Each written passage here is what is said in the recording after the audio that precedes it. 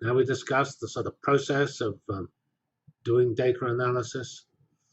And this is underlined by what I call the DIKW process. I've already mentioned this.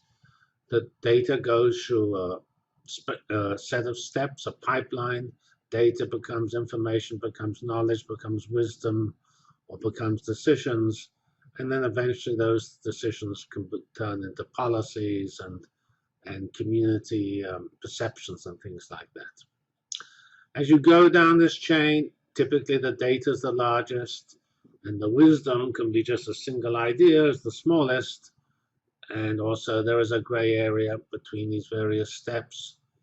And there's also some debate as to what you need to keep. Do you keep the information or throw away the data or what have you? It depends on the field, because sometimes the processing of the data to make information is so detailed and so arcane and requires you to know so much. There's not much point in keeping the data, because once you've done it, you'll never be able to reproduce it, because so much effort went into it and so much detail that it will take too much effort to record that detail. This is shown here as a picture I produced a year or two ago, where actually I even added raw data in front of data. And I have here, here we have around the edges here, we have lots of sources of data, which include instruments. Here's a webcam, here's some satellites, here's an airplane with engines, here's a bunch of seismic sensors, here's a water gauge, and also here's a smartphone, here's a telescope array,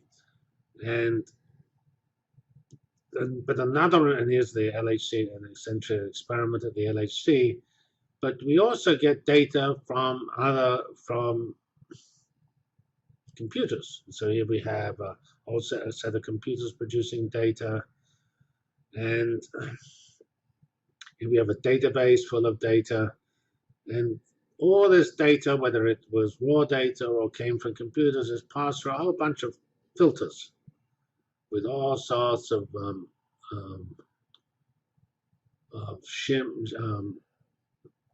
interfaces enable you to convert data from one format to another format.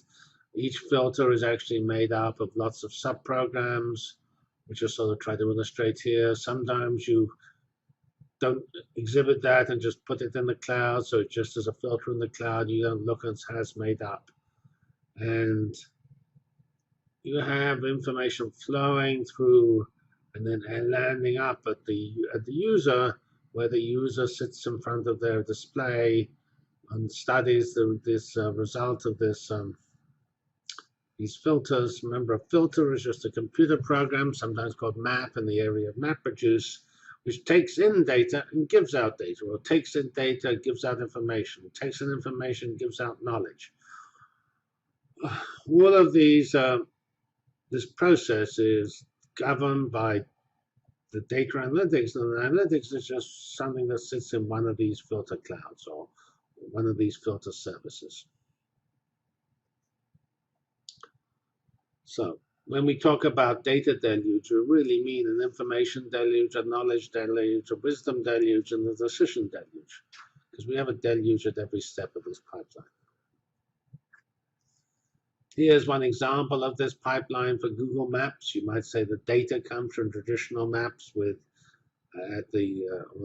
with overlays from satellites and street cams. The information is all cleaned up and organized and presented to you by the Google Maps webpage. Then you go and ask for how to get from A to B. That's sort of the knowledge of an optimized route. And then you make a decision. You decide which route to take. You use the walking route or the driving route, and you make some decision about the choices they have for driving. So that's an example of this pipeline for something which is relatively familiar.